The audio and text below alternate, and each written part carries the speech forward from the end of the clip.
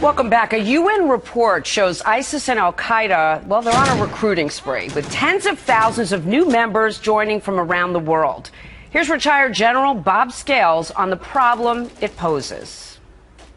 This is no longer a regional conflict. This isn't about Syria or Iraq. This is a global phenomenon that goes from the Atlantic all the way to the Hindu Kush.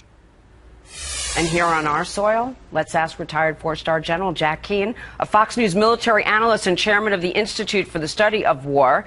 General, thank you for joining us. Great to see you, Jamie. Thank you, same to you. I think it is pretty clear this is a global issue at this point. How good are we, how technically advanced are we in tracking these groups? Well, frankly, you're right. It is a global issue. Fox has been saying as much for 2 years that radical Islam has morphed into a global jihad.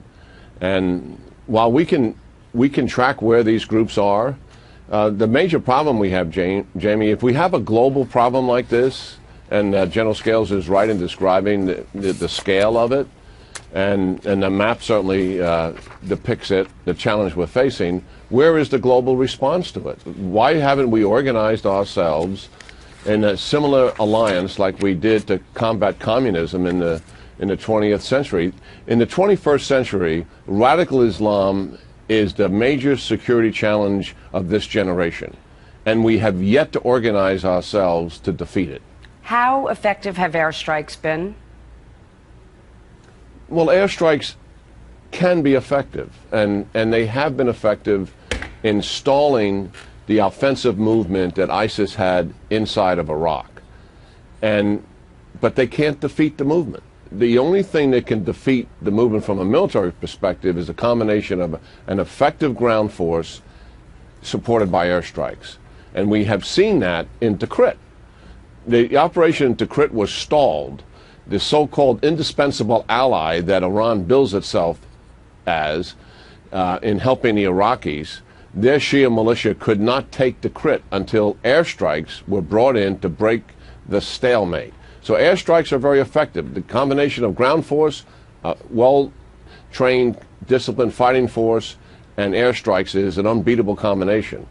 But the problem we have, Jamie, we're only doing airstrikes in Syria, and the truth is we have no strategy whatsoever to defeat ISIS in Syria. There is no ground force. So if we don't have a ground force, then there's no strategy to defeat ISIS in Syria. You know, we've got ISIS, al-Qaeda, al-Shabaab. Are there groups we don't even know about? They're so fractured at this point.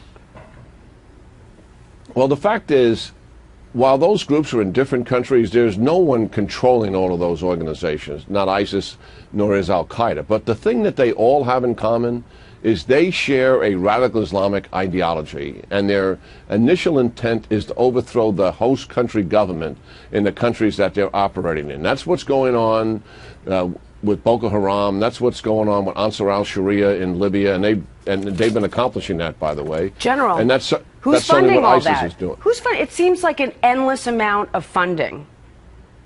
Well, they do get funding from leaders, business leaders in Saudi Arabia.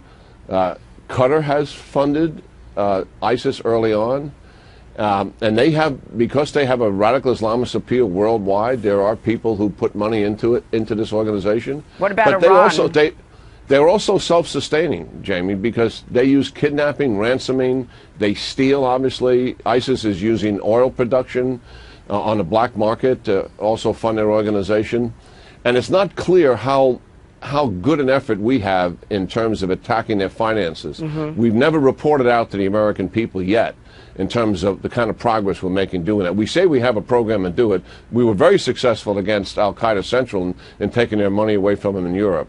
It's unclear to all of us looking at this whether we have an effective program now. I just wonder in this time that we're talking about making a deal with Iran, whether or not they're doing something unrelated to actually producing potential nukes with some of these groups, and how we're going to be able to cut off funding.